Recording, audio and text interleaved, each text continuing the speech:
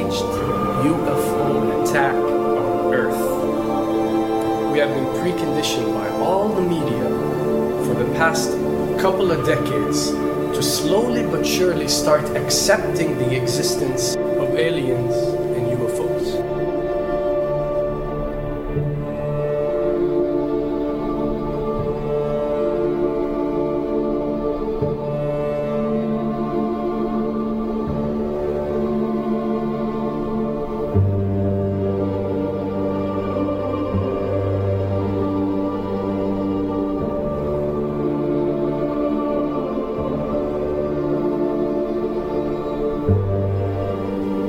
I can tell you right now that 99% of every UFO sighting that has ever taken place has actually not been an unidentified flying object, because this has always been military technologies.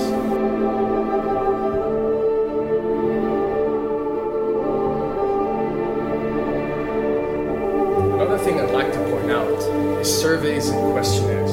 You know, we get surveys and questionnaires all the time, sent out by the state or by the government or by our rulers and our officials and so on and so forth. Do you really think that these ruling powers care about what you think? Do you really think that they're waiting to ask you and receive your answer before making a decision? What happens with these questionnaires is that they are released. For example, what country do you think the US should attack next? And if it yields back results like 70% of the US population believe Iran is the next country that should be attacked, this is actually a study conducted for the effectiveness of the media propaganda that they are using. So when they get such results, they look at it and they be like, all right, amazing. Our media propaganda is working. We are purposely trying to manipulate people to think that Iran should be the next one, and check out the survey results. We're doing a great job in propaganda. That's what it's all about. And if the results come back and they aren't up to par, so let's say 20% want war with Iran and 80% want actual peace, they say, okay, so now we have to go and rework our media propaganda and make it more effective so these percentages change. Why am I saying this? Because of the UFO phenomena. Since the 60s, the amount of people who believe in extraterrestrials have skyrocketed, and are only increasing day by day in our modern world. This only confirms the success and the plans that are taking place to first manipulate you to believe in UFOs, and second, to conduct a UFO attack that is going to force the whole world to unite to fight off this enemy and accept the New World Order. A former Canadian government official is warning we may be on the verge of intergalactic war, saying, quote, the Bush administration has finally agreed to let the military build a forward base on the moon, which will put them in a better position to keep track of the comings and goings of visitors from space, and to shoot at them if they so decide. I was introduced to the late Dr. Wernher von Braun in the U.S., the father of rocketry. In my first meeting with him, during that first 3.5 hours, he said to me, Carol, you will stop the weaponization of space, because there is a lie being told to everyone that the weaponization of space is now first being based upon the evil empire, the Russians. There are many enemies, he said, against whom we're going to build this space-based weapon system, the first of whom was the Russians, which was existing at that time. Then there would be terrorists. Then there would be third world countries. Now we call them rogue nations or nations of concern. Then there would be asteroids. And then he would repeat to me over and over. And the last card, the last card, the last card would be the extraterrestrial threat. As a military strategist, as a person who worked on the MX missile, which I did later, he said, you will find that there is going to be a spin to find some enemy against whom we have to build space-based weapons, and now we should expect the spin. And that's the formula, except that it's all based on a lie. A supersonic saucer. Called the Silver Bug, it was truly revolutionary. The plans show in detail a multi-jet engine craft that boasted amazing maneuverability and speed. It's an intriguing thought that this concept may tie in with the work of the German scientists who brought saucer technology to the US at the close of the Second World War. What was needed were certain cover stories. What do you do when people are spotting aircraft and then telling reporters that they've seen something very unusual flying out of an airbase in Nevada?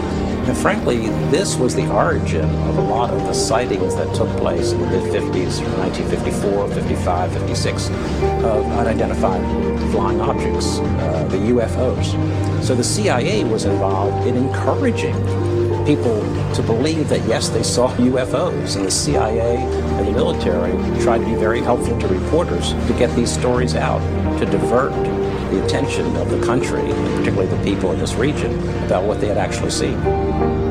Mexican Air Force pilots capturing on videotape what are said to be 11, count them, 11 UFOs. The Mexican Air Force has released a video that some of you are going to find difficult to believe. A journalist says it shows images of UFOs tracking a Mexican military plane.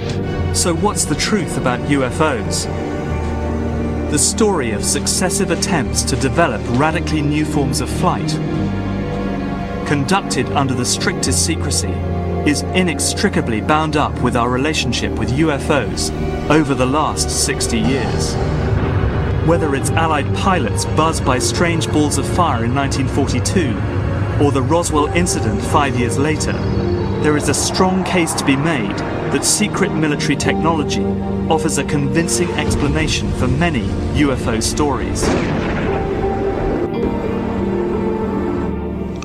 Anytime the government has secrets that they can keep from us,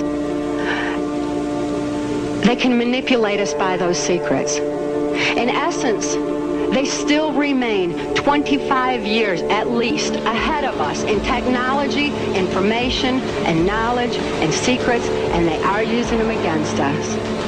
I heard over the years many times over that the plan to usher in the New World Order would be to make all the people in this country and around the world feel totally helpless to prevent the New World Order from occurring, this world dominance plan, by saying that we had been invaded by aliens, so that we would say, oh please UN, come in and help us all. So bear in mind that there is a planned orchestration to get people to be submissive through the secret technology and information that they're keeping from you under the blanket of the so-called National Security Act.